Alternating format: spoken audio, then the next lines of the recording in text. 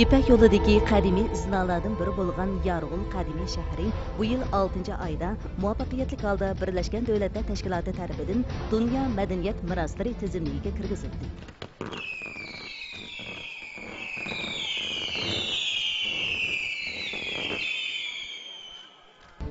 Undaqda bu qadimiy xaroblik qandoqlarcha bu sharafli nomga erishdi? Bu qadimiy shahar tarixda qandoq rol o'ynagan? Keyingi davrlarda bugungi Ostona markaziy shahri bo'lgan bo'lsa-mu, Yarg'ul qadimiy shahri o'z qiymatini yo'qotgani yo'q. Uning hozirgi qo'g'dilish ahvoli qandoq bo'lyapti? Yuqorqi mazmunlar qiziqsangiz diqqatingiz bayqash programmamiz bo'lsin. Buningdan 2000 yil ilgarilar Turpan o'ymonligida qadimiy shaharlarning borliqqa kelganligi tarixiy xotirlarga putilgan. Ana shu tarixiy madaniy meroslar qatorida muhim tadqiqot qimmatiga ega qadimiy shaharlarning biri bo'lgan Yarg'ul qadimiy shahri Turpan shahridan 10 kilometr yiroqlikdagi Yori eg'izi g'oliga joylashgan.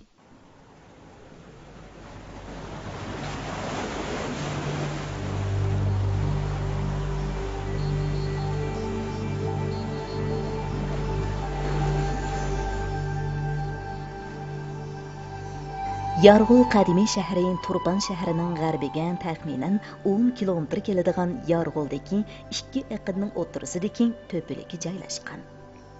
U g'arbiy yurtdagi 36 baylikning biri bo'lgan.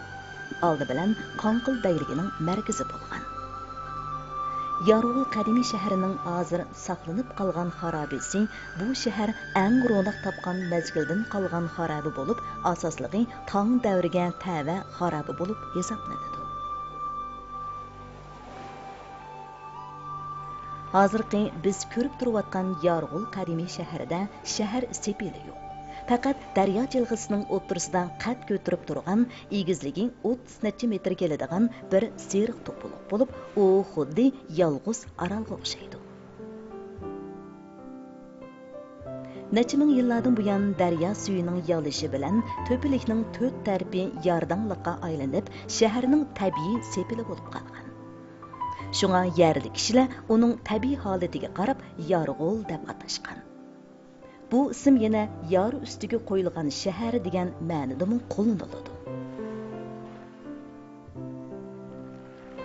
Daryo suyi shimoldan janubga qarab eqib, bu yerga kelganda to'pilikning ikki tarafidan ikki g'olg'a bo'linib, to'pilikning janubiy qismida yana birlashgan.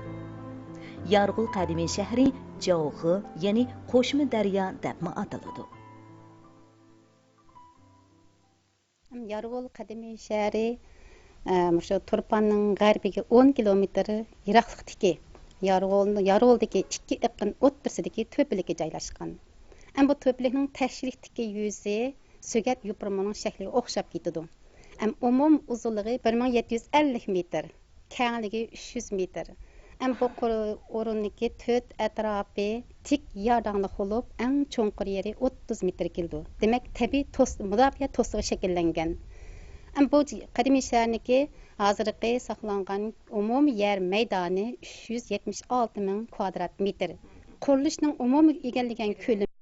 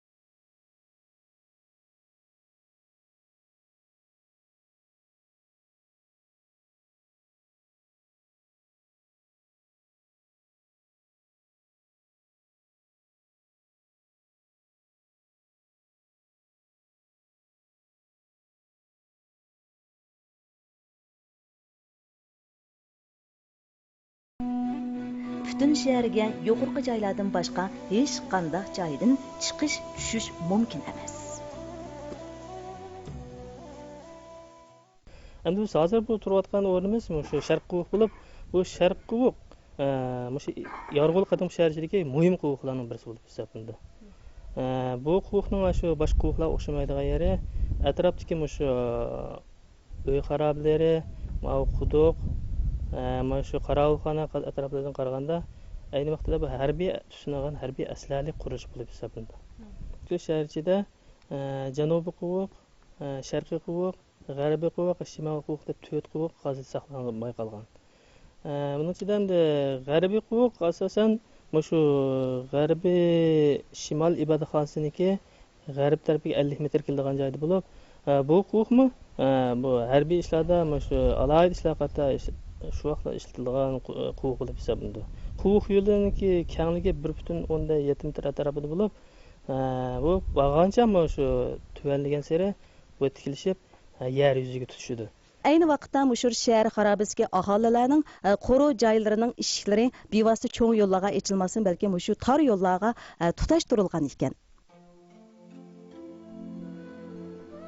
Yorg'ul qadimiy shahrida janubiy quvuq bilan sharqiy quvuq qadimgi shaharga kirib chiqadigan asosliq yo'l bo'lib, shaharni janubdan shimolga kesib o'tadigan cho'ng yo'l janubiy va sharqiy quvuqlar bilan tutishidi. Hamda qurilishlar markazlashgan rayondagi 47 tor ko'chimi o'zaro tutashtirilib, butun shaharning qatnash yo'lini shakllantirdi. Cho'ng yo'lning ikki tarafidagi imoratlarning hammasi egiz ham qalin so'qma tomlar bilan yasalgan. Ularning cho'ng yo'lga qaratilgan tarafida darvoza izi yo'q. Ko'chalarning eg'izi shahar ichidagi uzun sig'a va to'g'risiga ketgan ko'chalar bilan tutishadi. Uzun sig'a va to'g'risiga ketgan ko'chalar uy imoratlarni bir qancha rayonlarga bo'lib o'tadi. Mushu ko'chalarga kirganda ondan har bir hovlining darvoza izlarini ko'rgili bo'ladi. Keyingi davrlarda bugungi Ostona markaziy shahri bo'lgan bo'lsa-mu, Yorg'ul qadimiy shahri o'z qiymatini yo'qotgan yo'q. Toki Ming sulolasining dastlabki mezgillarigacha bu o'rinda kishilarning o'ltiraqlashib yashaganligi ma'lum. Tang sulolasi davrida Qo'chu aymog'i qurilgan. Anshi qo'riqchi bak mahkamasimu bir mezgil mushu joyda turgan. Yorg'ul qadimiy shahri, ya'ni 13-asrning 70-yillarida Yuan sulolasining xon jamiyatidagida qo'zg'agan to'polonning ziyniga uchragan.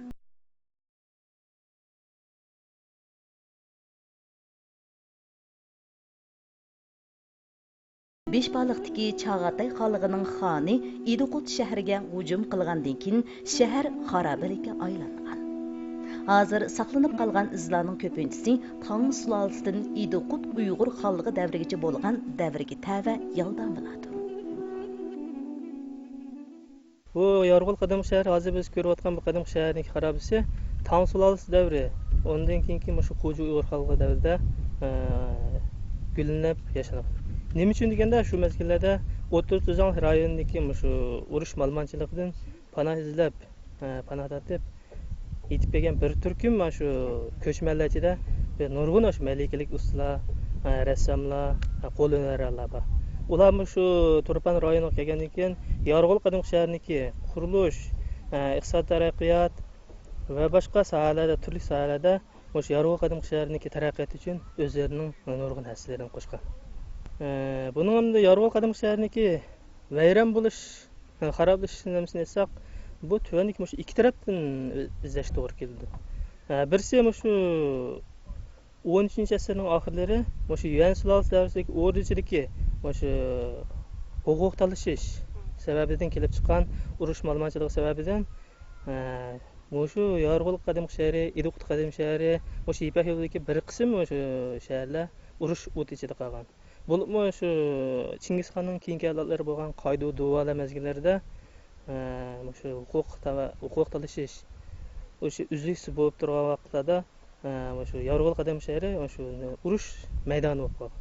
Shunga buning ichidagi nurg'un qurilishlar shu mezgillarda vayronchilik uchragan. Ming sulolasi davridagi shu bir shoir, sayyoh Chingching 15-asrlarda shu Yorg'ul qadim shahriga sayohat kelgan bo'lib, bu kelgan vaqtida bu qadim shahar allaqachon shu cho'llarab qolgan. Shu to'g'risida o'zining she'rida bu masalani tasvirlab chiqqan. Şunu görülüş bulduk ki şu 15-ci əsrlərdə, 14-cü əsrin axırlarında əsasən bu qədimki şəhər şu qaralışqı yüzləngan. Yarğul qadimiy shahri qurilishiga ishlatilgan yerni chingdab ko'tirma chiqarish usuli, sig'iz loy bilan tom etish usuli, shundaqla yerni qo'llab azral chiqarish, to'pi bilan tom qo'pirish, kesak loy bilan gami qo'pirishga o'xshash binokorlik texnikasi toki bugungacha davomlashib kelgan. Hozirgi shu qadimiy shaharniki tuzilishida o'xshamagan tarixiy davrlardagi o'xshamagan uslubdagi qurilishlarniki xarobliklari saqlanib qolgan. Ham bu qurilishlarniki shu tuzilish aloydiligi, ya'ni shaharniki tuzilish aloydiligidan urilish aloydiligini qaraganda shu o'ttir tuzlanlik va o'ttir Osiyodagi shaharlarniki joylashish, urilishish aloydiligini o'ziga xarakterga singdirgan. Shuningdaqla shu Turpanning o'zining tabiiy muhiti, tabiiy jag'rafiyalik aloydiligiga asosan o'zgacha bir xil me'morchilik texnikasini aks ettirgan. Yeni kelib shu imoratlardan diqqat qilib qarasak, ya'ni ko'lab gami chiqargan, latqalar seg'iz loydan xongdab tam qo'pag'an, ya'ni ko'lab tam chiqargan, andan ya'ni ko'lab gami o'ylar, shunday kesak bilan gami qo'pag'an, gami agmi o'ylan chiqargan me'morchilik texnikasini qo'llangan. Bu texnikalar ta hozirgacha bizning Turpan rayonimizda saqlanib kelyotidi. Bundaq me'morchilik texnikasiniki o'ylan barpo qilishi bizning shu yoz faslida Turpannikiga nisbatan yoz faslida ya havo salqin bo'ldi o'ylar. Qishni kuni issiq bo'ladi. Demak, bu bizning shu Turpan rayonimizga nihoyat mos kelgan bir xil qurilish texnikasi bo'lib hisoblanadi. Demak, ta hozirgacha bizning shu Turpan rayonimizda bu xil odatlar hozirgacha mavjud bo'lib kelmoqda. Yarğul qadimiy shahriga yiroqdan nazar solsangiz, kangri ko'chalar, hashamatlik Budda ibodatxonasi, nihoyatda abchillik bilan silingan makkalar, qator ratlik silingan o'ltiraq uylar, muhofazati intayin qattiq sharqi quv, rati bilan qatorlashib turgan Budda munorlariga o'xshash qadimgi shahar xarobalari Yarğul qadimiy shahrida ayni davrlarda savdo setiq va Budda dinining gullanganligini namoyon qilib berdi. Bu imoratlar dunyo me'morchilik tarixidagi bir mo'jizadir. Yarğul to'piligining shimolida yana Tang sulolasiga tava qiyosh yo'lliq, o'nkirsimal lahatlik necha 10 qabri bor. Bu qadimgi shahar mamlakat bo'yicha nuqtali qo'g'diladigan madaniyat yodikorliklari o'rni bo'lib hisoblanadi. Yarğul qadimiy shahri 1957 yılı şu Obdun rayon derecelik noktalı qo'llangan o'rin madaniy yodgorlik o'rni qilib belgilandi. Ondan 1961 yil 3-oyda 1-turkumdagi davlat derecelik qo'llanadigan madaniyat yodgorlik o'rni qilib belgilandi. Yaqında bizni xo'shal qilgan eng muhim xabar bor. U bo'lsa 2014 yil 6-oyning 22-kuni Qatarning Doha shahrida o'tkazilgan 38-navbatlik Dunyo madaniyat meroslarini bekitib baholash komitetining yig'inida Ipak yo'lidagi qadimiy izlanlarning biri bo'lgan Yarğul qadimiy shahri muvaffaqiyatli holda Dunyo madaniyat meroslari tizimligiga kirgizildi. Bu bir sirliq zilm. Tih qiyala taraf-tarafga so'zilgan jilg'alar. Shundaqla bugungacha davomlashib kelgan sig'iz loy bilan tom etish usuli, qad ko'tirib turgan to'p tamlar, seriq to'piliklar, agri ko'chalar, o'ltiraq uylar bizga bu zaminning sekrini namoyon qilib, o'ziga maftun qilib kelmoqda.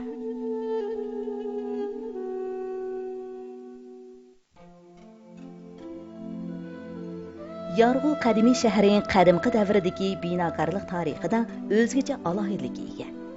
U dunyo bo'yicha eng cho'ng, eng qadimgi, bugungacha intayin mukammal saqlangan to'pidan yasalgan shahar xarobalaridir.